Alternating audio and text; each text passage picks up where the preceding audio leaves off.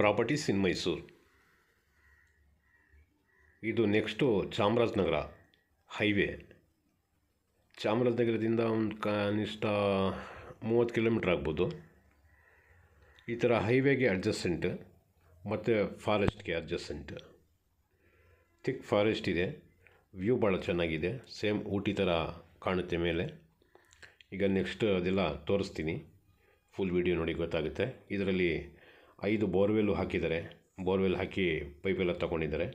ಮತ್ತು ಎಲೆಕ್ಟ್ರಿಸಿಟಿನೂ ಇದೆ, 24 hours power ಇರುತ್ತಲ್ಲ ಆ ಥರ ಕರೆಂಟು ಇದೆ.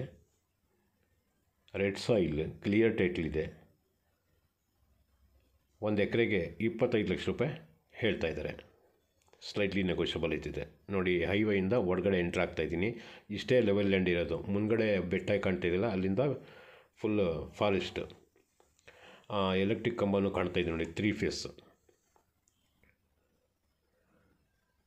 ನೇಚರ್ಗೆ ಲೈಕ್ ಮಾಡ್ತಾರಲ್ಲ ಅಂಥವ್ರಿಗೆ 4 ಎಕರೆ ಪ್ಲಾಟ್ ಮಾಡಿದ್ದಾರೆ. ಈ ಥರದ್ದು ಒಂದು 10-15 ಎಕರೆನೂ ಬೇಕಾದ್ರೆ ತೊಗೋಬೋದು, ಅಥವಾ 100 ಎಕರೆ ತೊಗೊಂಡ್ಬೇಕಾದ್ರೆ ವಿಲ್ಲಾ ಕಟ್ಟಿ ಸೇಲ್ ಮಾಡ್ಬೋದು. ಆ ಥರ ಇದೆ.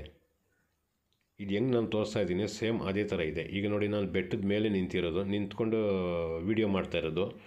ಆಪೋಸಿಟ್ ಬೆಟ್ಟ ಕಾಣ್ತಾ ಇದೆಯಲ್ಲ, ಆ ಕಡೆಯಿಂದ ನೋಡಿದ್ರೂ ಈ ಕಡೆ ನಾವು ನಿಂತಿರೋ ಜಾಗದಲ್ಲಿ ಅದೇ ಥರ ಕಾಣುತ್ತೆ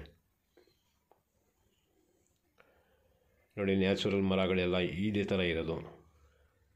ಲೆವೆಲ್ ಲ್ಯಾಂಡು ಸಿಕ್ಕಾಪಟ್ಟೆ ಇದೆ. ಮತ್ತು ಮೇಲ್ಗಡೆ ತನಕನೂ 4 ವೀಲ್ ಡ್ರೈವ್ ಇದ್ದರೆ ಆ ಕಾರು ತೊಗೊಂಡು ಹೋಗ್ಬೋದು. 4 ವೀಲ್ ಡ್ರೈವ್ ಇದ್ದರೆ ವ್ಯೂ ಭಾಳ ಚೆನ್ನಾಗಿದೆ, ಕ್ಲಿಯರ್ ಟೈಟ್ಲ್ ಇದೆ.